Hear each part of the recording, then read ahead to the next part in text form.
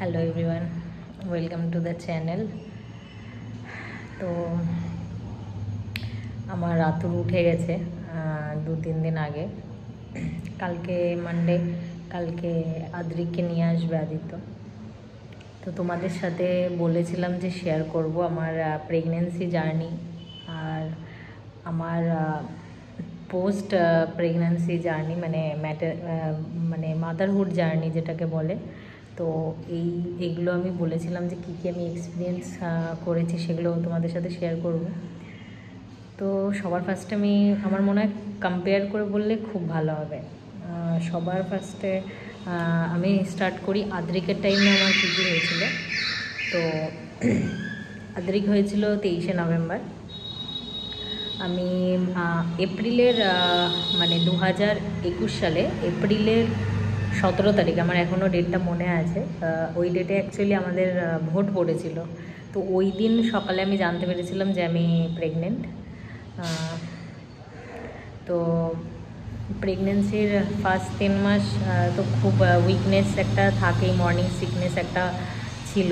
আর যেটা আদ্রিকের টাইমে আমার ভীষণ পরিমাণে হয়েছিল সেটা হলো ভমিটিং।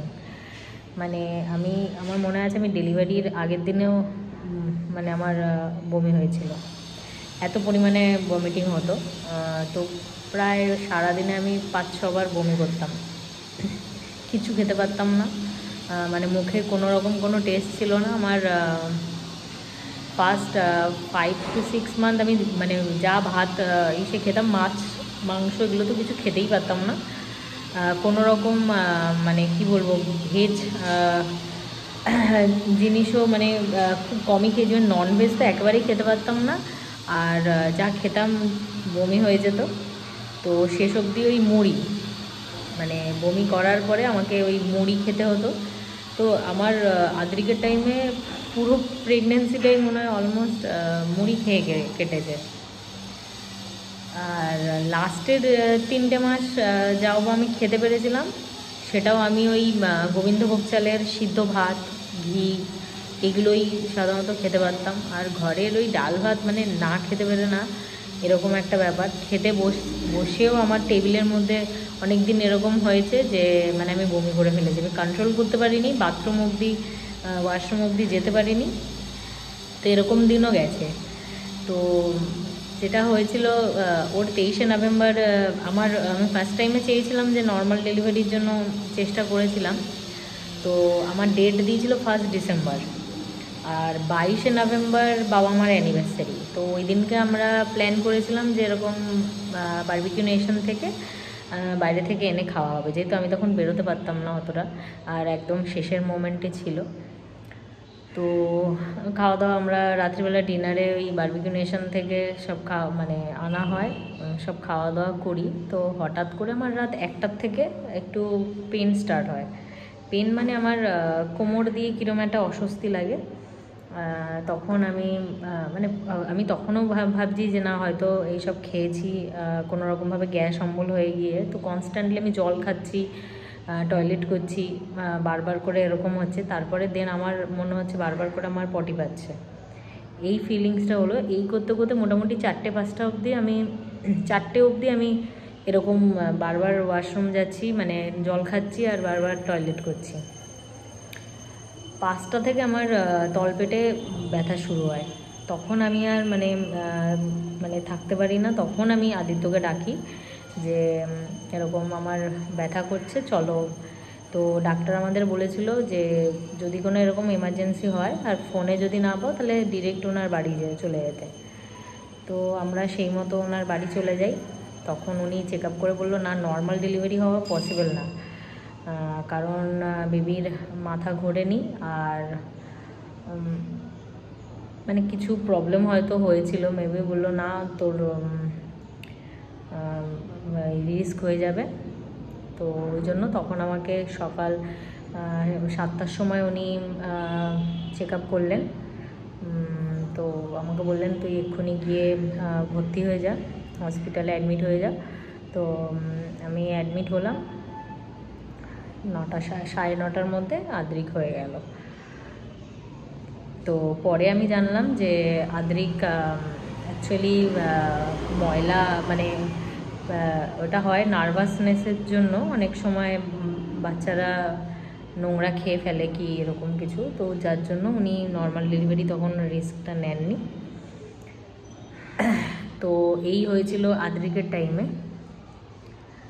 আর আদ্রিকের টাইমে আমার সত্যি বলতে খুব একটা বেশি মানে মুড সুইংস হতো যে ওরকম কোনো ব্যাপার ছিল না সিমটমসের মধ্যে। আমি বেশ মানে একটা হয় না একটা মানে ভালো লাগতো।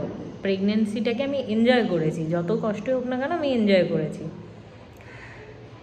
আর সেটা থেকে যদি আমি কম্পেয়ার করি এইবারের প্রেগনেন্সি আমার ভয়ানক এক্সপিরিয়েন্স হয়েছে। মানে ভয়ানক এক্সপিরিয়েন্স বলতে আমি জানুয়ারি মাসে কনসিভ করি, আর আমি জানতে পারি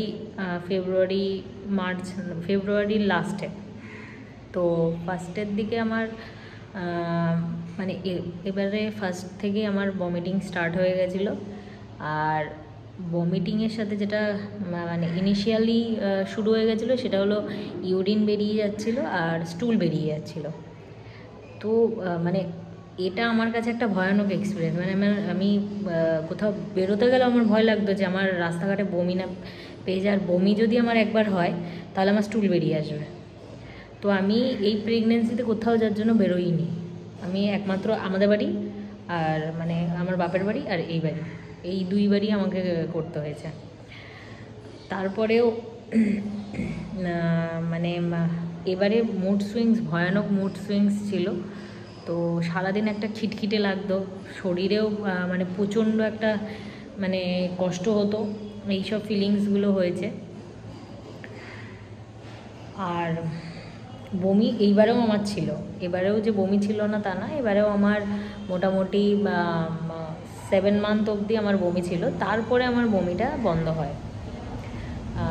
তো এবারে সত্যি বলতে বমি হলেও আমি কম বেশি খেতে পেরেছি। যেটা এবারে আমি যেহেতু মার কাছেই ম্যাক্সিমাম টাইমটা ছিলাম, তো মা প্রচুর পরিমাণে শাক সবজি এগুলো খাইয়েছে। তো ওই জন্য আমার কী বলবো উইকনেস ব্যাপারটা অতটা ছিল না। কিন্তু হ্যাঁ, প্রেগনেন্সির সমস্ত যে হরমোনাল প্রবলেমের জন্য যে সারাদিন একটা মানে বিরক্তি লাগতো সেটা একটা ছিল। আর যদি আমি বলি যে পোস্ট প্রেগনেন্সির যেটা আমার আদ্রিকের টাইমে আমার রিকভারিটা করতে খুব বেশি টাইম লাগেনি, আমি তাড়াতাড়ি রিকভার করে গেছিলাম। কিন্তু এইবারে আমার যেটা হচ্ছে, এবারে আমার রিকভারি করতে মানে একটু টাইম লাগছে, যেহেতু স্টিচেস মানে একই জায়গায় কাটটা পড়েছে। ফার্স্ট টাইমে সি সেকশন হয়েছিল, এবারেও সি সেকশন, যেহেতু ডাক্তার বলেই দিয়েছিল ফার্স্ট টাইম সি সেকশন হলে এত কম মানে এজ গ্যাপের মধ্যে আমি আর নর্মাল করতে পারবো না। 7 to 8 ইয়ার্স যদি গ্যাপ হতো তাহলে তাও করতে পারতাম, বাট যেহেতু এজ গ্যাপটা খুবই কম, মানে 2 বছর 10 মাস আদ্রিকের থেকে সেকেন্ড বেবির মানে ওর এজ গ্যাপটা হলো 2 বছর 10 মাস। তো ওই জন্য আমাকে এবারেও সি সেকশন করতে হয়েছে। তো এবারে যেটা আমার ভয়ানক এক্সপিরিয়েন্স হয়েছে ওটি টেবিলে আমাকে নিয়ে যাওয়া হয়। আর যখন অ্যানাস্থেশিয়া দেওয়ার চেষ্টা করা হয়, তো আমার কোমরের ওই শিরদাঁড়ার যে জায়গাটা, শিরদাঁড়াটা পুরো লক ছিল। তো প্রায় 14 থেকে 15 বার সিরিঞ্জ ফুটিয়েছে, ফোটানোর পরেও মানে কোনো রকমভাবেই মানে অ্যানাস্থেশিয়াটা দিতে পারছিল না। শেষ অবধি মানে একটা মোটা সিরিঞ্জ দিয়ে অ্যানাস্থেশিয়াটা দেয়।